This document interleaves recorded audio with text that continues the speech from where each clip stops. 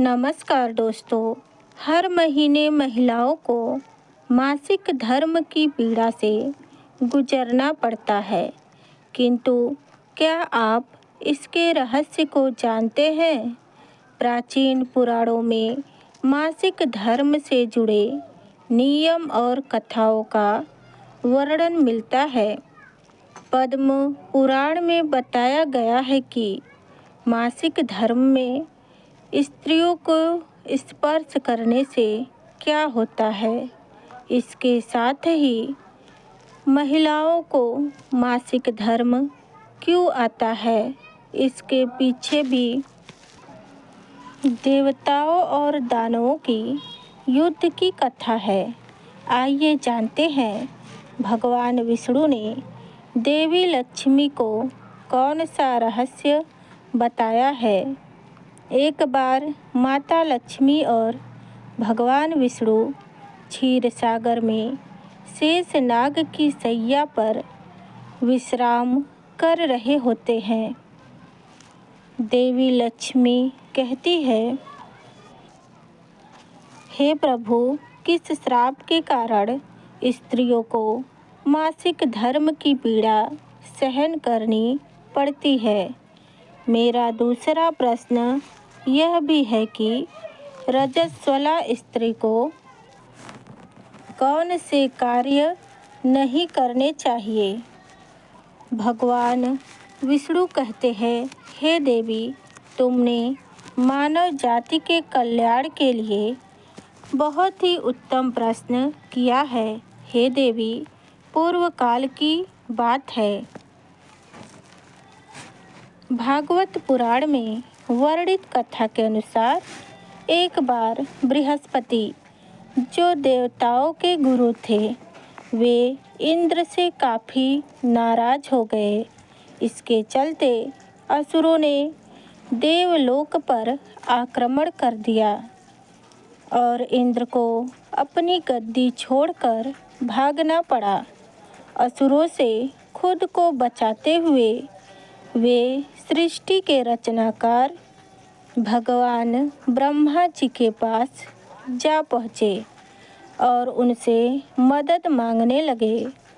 तब ब्रह्मा जी ने उन्हें बताया कि उन्हें एक ब्रह्म ज्ञानी की सेवा करनी चाहिए। यदि वह प्रसन्न हो जाए, तभी उन्हें उनकी गद्दी वापस प्राप्त होगी। ब्रह्मदेव के आज्ञा अनुसार इंद्रदेव एक ब्रह्म ज्ञानी की सेवा में लग गए, लेकिन वे इस बात से अनजान थे कि उस ज्ञानी की माता एक असुर थी। इसलिए उसके मन में असुरों के लिए एक विशेष स्थान था। इंद्रदेव द्वारा अर्पित की गई सारी हवन सामग्री को जो देवताओं को चढ़ाई जाती है, वह ज्ञानी उस असुरों को चढ़ा रहा था। इससे उनकी सारी सेवा भंग हो रही थी। जब इंद्रदेव को इस बात का पता लगा तो वे बहुत ही क्रोधित हो गए और उन्होंने उस ब्रह्म ज्ञानी की हत्या कर डाली। एक गुरु की हत्या करना घोर पाप था, जिसके कारण उन पर ब्रह्म हत्या का पाप आ गया। ये पाप एक भयानक राक्षस के रूप में इंद्र का पीछा करने लगा। किसी तरह इंद्र ने खुद को एक फूल के अंदर छुपाया और 1,00,000 साल तक भगवान विष्णु की तपस्या की। तपस्या से प्रसन्न होकर भगवान विष्णु ने इंद्रदेव को तो बचा लिया, लेकिन उनके ऊपर लगे पाप की मुक्ति के लिए एक सुझाव दिया। इसके लिए इंद्र को पेड़, जल, भूमि और स्त्री को अपने पाप का थोड़ा थोड़ा अंश देना था। इंद्र के आग्रह पर सब राजी तो हो गए, लेकिन उन्होंने बदले में इंद्रदेव से उन्हें एक वरदान देने को कहा। इसमें सबसे पहले पेड़ ने उस पाप का 1/4 हिस्सा ले लिया, जिसके बदले में इंद्र ने उसे एक वरदान दिया। वरदान के अनुसार पेड़ चाहे तो स्वयं ही अपने आप को जीवित कर सकता है। इसके बाद जल को पाप का हिस्सा देने पर इंद्रदेव ने उसे अन्य वस्तुओं को पवित्र करने की शक्ति प्रदान की।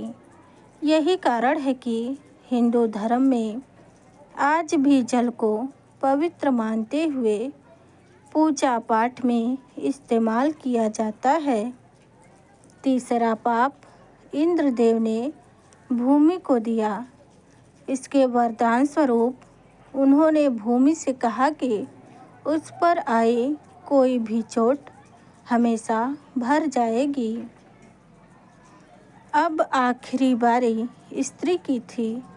इस कथा के अनुसार स्त्री को पाप के हिस्सा देने के फलस्वरूप उन्हें हर महीने मासिक धर्म होता है, लेकिन उन्होंने वरदान के लिए इंद्र से कहा कि महिलाएं पुरुषों से कई गुना ज़्यादा काम भावना का आनंद उठाएंगी। इस दौरान वे ब्रह्म हत्या यानी कि अपने गुरु के हत्या का पाप ढो रही होती हैं, इसलिए उन्हें अपने गुरु तथा भगवान से दूर रहने को कहा जाता है।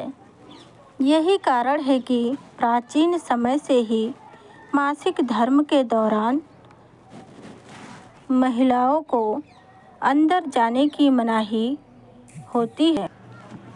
उसी ब्रह्म हत्या के भाग के कारण स्त्रियों में मासिक धर्म हर महीने आता है। जो भी पुरुष मासिक धर्म के दौरान स्त्रियों को स्पर्श करता है, उसे ब्रह्म हत्या का पाप लगता है। भगवान विष्णु कहते हैं, हे देवी, इस प्रकार मैंने आपको स्त्री के रजस्वला होने के पीछे की कथा बताई है। माता लक्ष्मी कहती है, हे प्रभु, जो भी स्त्री मासिक धर्म में पूजा पाठ करेगी, अपने पति से संबंध रखेगी, मैं उसके घर में प्रवेश नहीं करूँगी।